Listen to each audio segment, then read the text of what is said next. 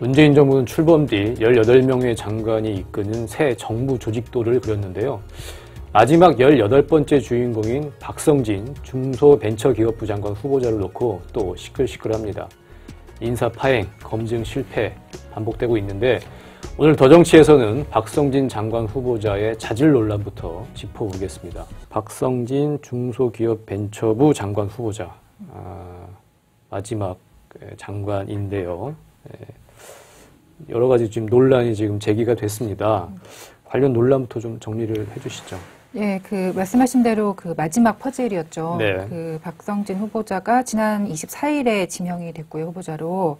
근데 지명이 된 직후부터 사실 굉장히 논란에 휩싸였습니다. 일단 창조과학회라는 진화론 대신 창조론을 교과서에다 반영해야 된다, 이런 주장을 하는 곳인데 거기에서 이사로 활동을 했다라는 사실이 드러났고요. 그리고 동성애 차별금지, 그러니까 지금 개헌 논의가 한창인데 성적 지향에 의한 차별 금지가 포함된 개정안을 반대하는 그런 교수들의 서명에 다시 동참을 한 적도 있고, 그런 사실이 일단 드러났고요.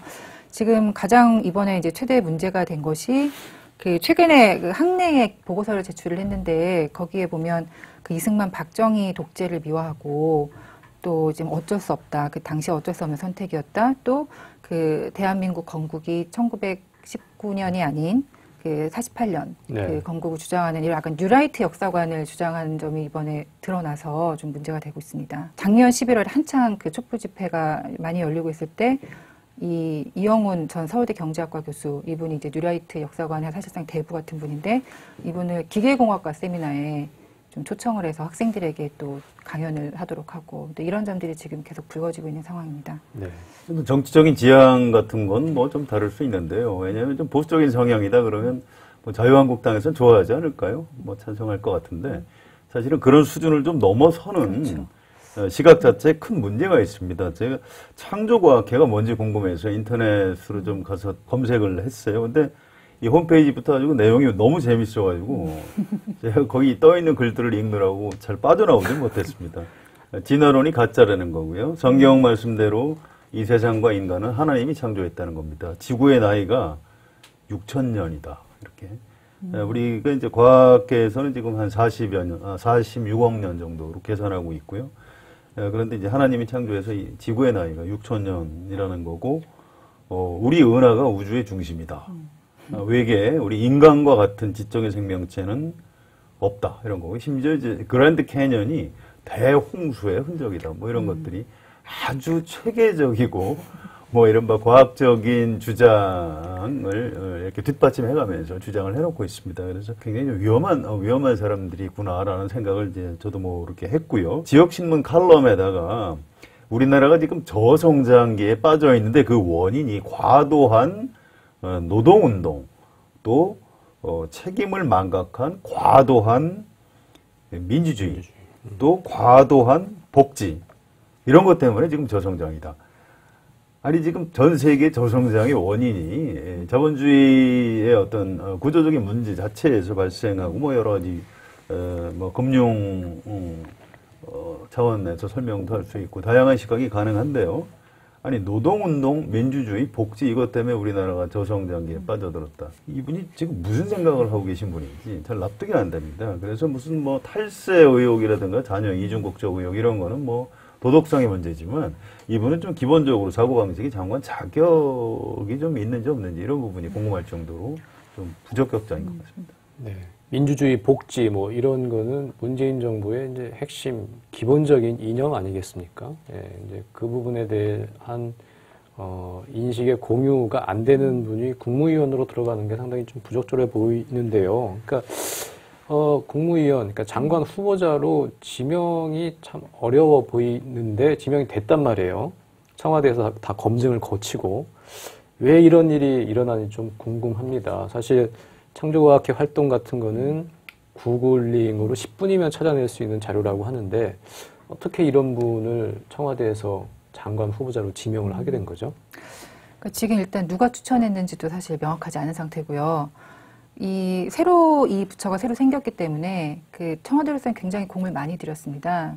그리고 또 마지막 한 군데 남은 네. 조각이기 때문에 굉장히 여러 가지 이제 오랜 기간 이제 공을 들이면서 사람들을 많이 찾아봤는데 일단 이제 관료는 배제를 하고 뭔가 성공 스토리가 있는 현장 기업가 뭐 이런 뭐 교수 이런 분들을 이제 중심으로 좀 많이 찾았다고 해요. 근데 그 문제가 이제 국무위원이나 공무원이 들어가면 백지 신탁을 해야 되는, 그러니까 자신의 주식을 이제 처분해야 되는 문제가 있기 때문에 네. 대부분의 이제 벤처를 하는 이제 사업가들은 그거에 대해서 난색을 표하고 또 이제 인사청문회가 굉장히 좀 빡빡하게 돌아가니까 인사청문회를 가는 자리는 부담스럽다 해서 좀 거의 대부분이 고사를 했다고 하고요. 그 애초에 이제 후보군을 추리는 과정에서도 어떤 추천을 받는다기보다는 그 문미옥 지금 현재 청와대 과학기술보좌관 그리고 조현옥 인사수석 두 분이 이제 그 리스트를 쫙 만들어 놓고 이렇게 어떻게 보면 책상에서 이제 현장에서 뛴 것이 아니고 이렇게 걸러가면서 이렇게 후보군을 추렸다고 얘기를 하더라고요. 그러니까 어떻게 보면 이제 이 가장 큰 문제가 알았을 것 같은데 창조과학회 같은 활동은 그래도 밀어붙였다면 그거는 오만이고 그것도 몰랐다면 그건 정말 무능이고 어떤 상황이든 이 인사검증 시스템 자체에는 좀 문제가 있는 걸로 좀 판단이 되는 상황입니다. 그 내용은 몰랐다고 하는 거죠, 청와대에서? 그러니까 일단 창조과학회는 알았을 수도 있는 것 같아요. 그 당시에 그 직후에 청와대의 반응이 종교의 문제이기 때문에 이 부분은 뭐 크게 문제 삼을 부분이 아니다라고 그때 해명을 한 바가 있습니다. 근데 이번에 지금 이 역사관 문제, 이 국정 철학과 전혀 맞지 않잖아요. 이 새 정부에 특히 촛불 민심으로 탄생한 정부인데 그 부분에 대해서는 굉장히 지금 당혹스러워하고 있죠. 이 부분은 몰랐던 것 같고요. 네. 이분이 좀 다른 과거에 이제 얼마 전에 그 실패한 인사 사례하고 약간 차이가 있습니다. 안경환 법무장관 후보자, 또 조대엽 노동부 장관 후보자, 또 박기영 과학기술혁신본부장, 이분들은 문재인 대통령이 알았던 사람입니다. 그런데 참모들이 좀 문제가 좀 있다라고 반대 의견도 올렸다고 해요. 그럼에도 불구하고 이제 강점이 많더라고. 임명권자가 좀 고집을 부리는 바람에 임명을 강행했다가 이제 문제가 된 경우인데, 이 박성진 후보자는 문재인 대통령도 전혀 모르는 사람이라는 특징이 있습니다. 청와대 이제 인사 시스템을 가동해서 사람을 발굴해낸 거죠. 인사 시스템은 이제 두 가지로 구성이 되는데요. 하나는 사람을, 후보자를 찾는 검색 기능이라고 할까요? 뭐 이제 이런 게 하나 있고요. 또 한 가지는 그 사람에 대해서 철저히 이제 검증을 하는 이 두 가지 이 기능이 다 같이 필요한데, 이번에 이제 박성진 후보자의 경우를 보면 문재인 정부의 그 인사 시스템은 뭔가 좀 망가졌다, 좀 고장났다, 이렇게 진단을 하지 않을 수가 없습니다. 안타까운 것은 노무현 정부에서 노무현 정부의 인사를 할 때 실세가 누구냐, 인사 청탁을 하려면 누구한테 해야 되느냐, 이런 논란이 있을 때 노무현 정부의 실세는 시스템이다. 노무현 대통령조차도 사람을 천거는 할 수 있어도 누구를 해달라라고 지시를 할 수는 없다. 이게 이제 노무현 정부의 대단한 강점이었는데요. 지금 인사 시스템 부분은 노무현 정부보다 오히려 좀 퇴화했다고 할까요? 그런 현상, 안타까운 현상이 지금 진행되고 있는 것 같습니다. 잘 모르는 사람이면 검증을 더 철저히 세게 했어야 되는 거 아닌가요? 그렇습니다. 지금 민정수석실의 변명은 아무리 검증을 철저히 해도 언론사에 들어오는 제보를 당할 수는 없다. 구글링 10분이면 다 나오는데.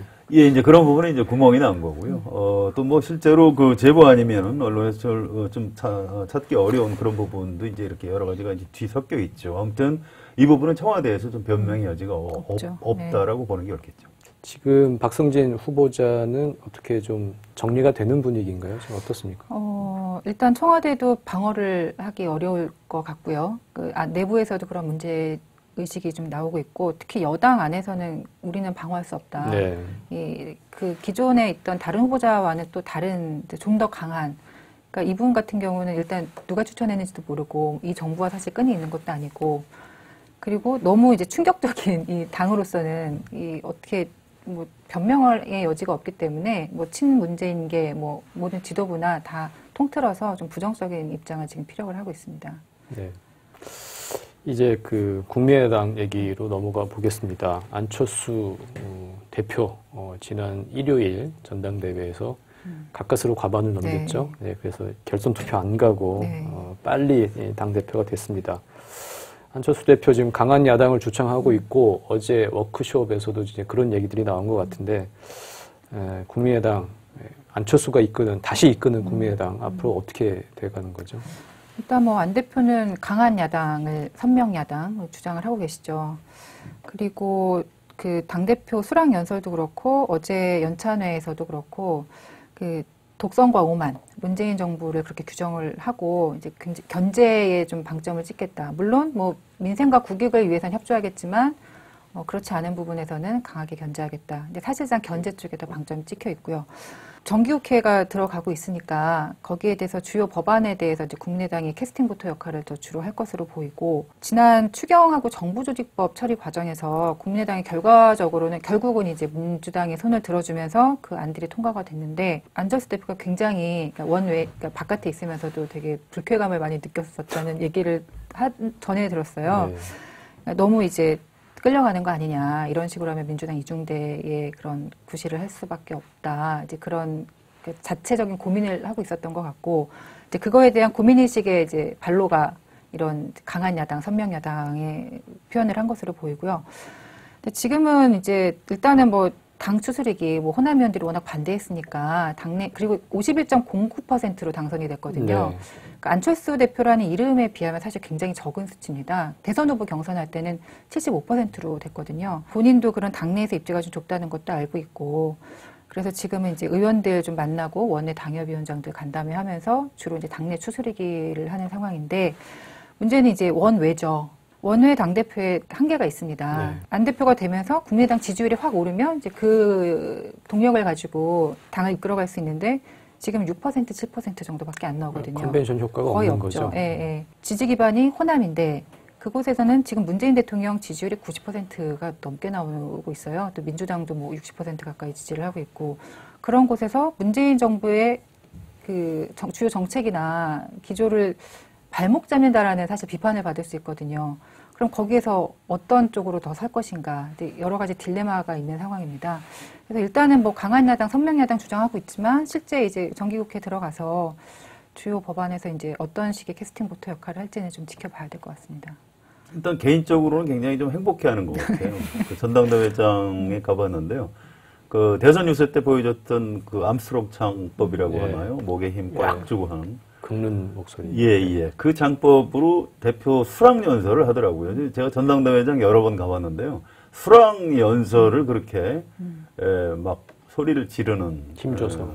그런 대표는 처음 본 것 같습니다. 아무튼 본인이 좀 의도적으로 싸우는 야당을 강조하기 위해서 그런 것 아닌가, 이런 생각이 들고요. 투표율, 전당원 투표를 했는데 투표율이 24%, 그리고 이제 과반을 갓 넘었기 때문에 사실은 당원들 중에 한 12% 내지 13%의 그 적극적인 지지를 이제 이끌어내는데 이제 그친 겁니다. 그래서 그 당원들한테 제가 좀 물어봤어요. 안철수 대표의 복귀에 대해서 어떻게 생각하느냐 그랬더니, 이번에 대표를 안 나왔으면 좋겠는데, 그렇다고 여기서 떨어뜨리면 이 사람을 우리가 버리게 되는 것 아니냐. 또 그럴 수는 없다.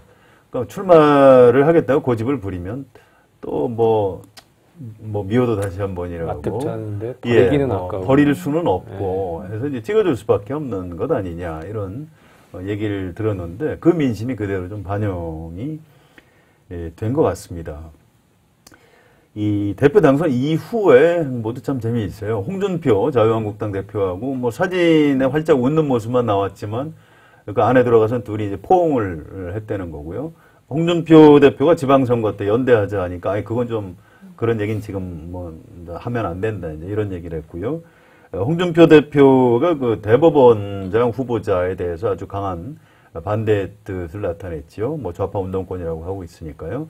그 부분에 대해서 일단 안철수 후보는 좀 신중론, 청문회를 좀 보고 좀 판단하자, 이런 식으로 이제 완급을 좀 조절하고 있는 이런 모양새를 보이고 있습니다. 아무튼 대표 복귀 이후에 연일 아무튼 정치면에 사진이든 뉴스든 나오고 있고요. 본인이 굉장히 좀 현재는 만족스러워하는 것 같습니다. 네.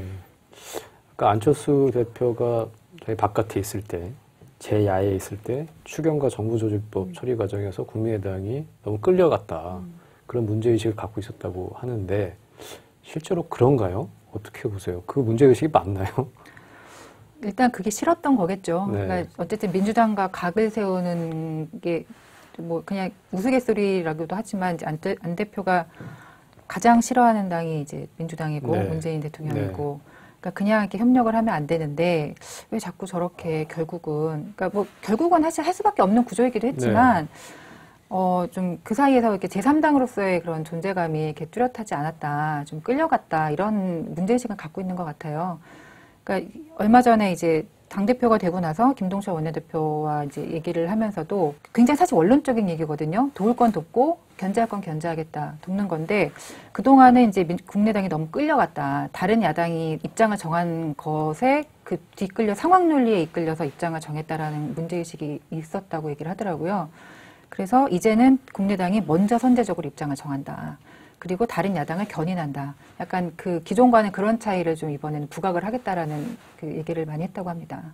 국민의당 지지도가 왜 떨어졌죠? 그 부분을 잘 봐야 되는데요. 네. 상식적으로 분석을 해보면 대선 패배가 제일 크고요. 그 다음에 이른바 제보조작 사건 때문에 급전직하한 겁니다. 그런데 좀 원인을 엉뚱하게 찾고 있는 것 같아요. 우리가 민주당 이중대라고 비치기 때문에 지지도가 떨어졌다. 상식적으로 생각을 해보세요. 어느 게 옳은가? 저는 지금 당 지지도 하락의 원인 자체에 대한 진단을 좀 번지수를 좀 잘못 찾고 있는 것 아닌가 이런 안타까움이 있습니다. 네. 자, 오늘이 8월 31일이고 내일 9월 1일 정기국회가 개원이 됩니다. 그 문재인 정부 들어서 첫 정기국회인데 어떻게 전개될지도 궁금하기도 해요. 여당은 여야 공통공약이 62개다. 우선 처리하자. 예, 낙관을 하는 것 같은데 과연 이렇게 될지 어떻게 보세요? 정기국회 전망 간단하게 해주시면. 일단 9월 1일부터 시작해서 12월 말까지 정기국회가 치러질 텐데요. 진행이 될 텐데 한 3단계 정도로 보시면 될 겁니다. 일단 9월 달에는 이유정 헌법재판소 재판관 임명, 또 김희주 헌법재판소장 후보자, 또 김명수 대법원장 후보자, 이 법조와 관련한 인사, 파동 같은 것이 날 가능성이 있습니다. 이거를 문재인 정부에서 어떻게 잘 넘기느냐. 또 안철수 대표와 국민의당 의원들이 과연 이 사법개혁에 대해서 어떤 태도를 취하느냐. 이런 것들이 굉장히 중요한 이슈가 될 것 같고요. 그 다음에 이제 10월에 추석 연휴가 지난 다음에 국정감사가 있습니다. 그 기간에 이제 여러 가지 이슈들이 이제 쏟아질 텐데요. 지금 민주당 쪽에서는 과거에 적폐청산 차원에서 박근혜 정부 때 이제 잘못된 것들을 끌어내려고 할 것이고요. 또 반대로 야당에서는 지금 문재인 정부의 초기에 잘못들을 이제 집중적으로 부각시키는 대격돌이 벌어질 겁니다. 네, 그 단계를 넘어서고 나면 이제 마지막으로 예산하고 이제 법안이 남는데요. 그건 12월 초에 예산안이 이제 정부 원안을 자동 상정시킬 수 있다는 마지막 카드, 마지막 무기가 있기 때문에 예산은 일단 여당이 유리한 입장인 건 사실인데요. 그럼에도 불구하고 지금 국회에서 과반이 안 되기 때문에 국민의당의 협조 또는 바른정당의 협조가 절대적입니다. 이제 그 부분 마지막에 이제 예산과 또 검찰 개혁을 비롯한 이른바 개혁 입법 부분이 이제 어떻게 되는지 이게 이제 이번 정기국회의 마지막 마무리 장면이 될 것 같습니다. 그러니까 일단 지금 이유정 후보자가 사실 뇌관이 된 상태가 됐어요. 이제 9월 국회에서. 그러니까 애초에는 그 김희수 헌법재판소장 후보자를 8월 31일 그러니까 본회의에서 그 상정을 해서 표결 처리하는 걸로 애초에는 이제 원내 수석들 뭐 대표 회동에서는 얘기가 됐는데 이 입장을 이제 자유한국당과 국민의당이 사실 뒤집었다라고 물론 이제 민주당은 주장하지만 바뀌었습니다. 어쨌든 입장이. 그렇게 되면서 오늘도 상정이 안 될 가능성이 상당히 높고요. 그런데 국민의당 같은 경우가 이제 캐스팅부터 역할을 할 텐데 그 국민의당이 이유정 후보자가 안 된다는 입장이 굉장히 확고한 상태라서 그러니까 이게 정치 편향의 문제가 아니라 최근에 또 주식 논란이 이제 또 벌어지다 시세 차익이 보니까 엄청나게 있었죠. 10억 뭐 이렇게 재산을 그렇게 주식으로 1-2년 사이에 불렸다는 게 사실 상식적이지 않은 부분이기도 하고 그런 상황이어서 이유정 후보자를 만약에 문 대통령이 강행을 하면 그 부분을 이제 김희수 후보자에 대한 그 처리 문제까지 연계를 할 가능성이 굉장히 높은 상태입니다. 그래서 이유정 후보자가 에 따라서 이제 그 이후에 있는 다른 뭐 김희수 후보자, 그다음에 김명수 대법원장 후보자까지 영향을 미칠 가능성이 사실 굉장히 높고요. 그리고 이제 국정감사에는 적폐청산과 신적폐 그 대결로 가겠다라는 게 지금 여야의 지금 구도고, 지금 그러니까 법안이 지금 개혁 법안들이 사실 굉장히 좀 대기를 하고 있는 상태인데, 민주당이 제기한 또 이제 증세 법안도 있고, 그러니까 굉장히 국정과제와 관련된 법안들이 대기하고 있습니다. 근데 이 부분에서 국민의당이나 야당 쪽은 이제 포퓰리즘이다. 그래서 우선순위 또는 그 규모를 줄이겠다, 이런 지금 그 각오를 다지고 있고요. 민주당은 이제 여기 역시 적폐청산과 관련된 주요 법안들, 그런 것들을, 그리고 대정부의 그 국정기조를 뒷받침할 수 있는 주요 법안들은 반드시 통과시키겠다. 이제 사실 굉장히 팽팽하게 진행이 될 가능성이 높습니다. 정기국회 기간 중에 이른바 정계 개편의 가능성 또는 정계 개편의 발단이 되는 뭔가 사건 사고가, 정치적인 사건 사고가 벌어질 가능성도 좀 봐야 될 겁니다. 지금 사법부 개혁에 대해서 국민의당이 어떤 태도를 취하느냐, 이런 것들이 이제 굉장히 중요한데요. 사실은 안철수 대표 입장이 국민의당 의원 40명의 입장과 같지는 않습니다. 네. 특히 이제 호남에서 김희수 헌재소장 후보자 같은 경우에 또 호남 사람이고 한데요. 거기에 대해서 당론으로 뭐 반대한다거나 이제 이건 불가능한 상태고요. 또 어떤 문재인 정부의 개혁에 대해서 안철수 대표가 오히려 발목을 잡는 걸로 비치게 되면 국민의당 안에서 의원들이 탈당을 한다거나 이럴 가능성이 있고요. 또 바른정당 쪽에서는 박근혜 전 대통령 출당을 계기로 다시 자유한국당과 이제 합쳐야 된다, 이런 얘기들을 공공연하게 지금 하고 있기 때문에 국민의신당하고 바른정당에서 뭔가 정계 개편의 어떤 씨앗 같은 것들이 만들어질 가능성이 있고요. 정기국회 기간 중에 정계 개편이 실제로 이루어질 가능성도 있고, 그렇지 않으면 이제 그때 여러 가지 축적만 됐다가 내년으로 넘어가면서 지방선거 앞두고 뭔가 이제 정계 개편이 폭발을 할 가능성, 이런 것들도 좀 볼 수 있는 포인트인 것 같습니다. 네. 개혁 입법과 정계 개편까지 맞물리면 정말로 경랑의 시간이 될 것 같습니다. 네, 매년 9월이면 항상 정기국회가 열립니다. 그러나 확실히 다른 부분이 있죠. 문재인 정부 출범 뒤에 처음으로 열리는 정기국회고, 촛불 정권이 수립된 뒤에 또 처음으로 맞이하는 정기국회입니다. 3년 전, 5년 전, 10년 전 국회와는 확실히 달라야겠죠. 근본이 흔들린 나라를 바로 세우고 정의로운 사회를 제도적으로 확립하는 국회다운 국회를 기대하겠습니다. 더정치 오늘은 여기까지입니다. 감사합니다.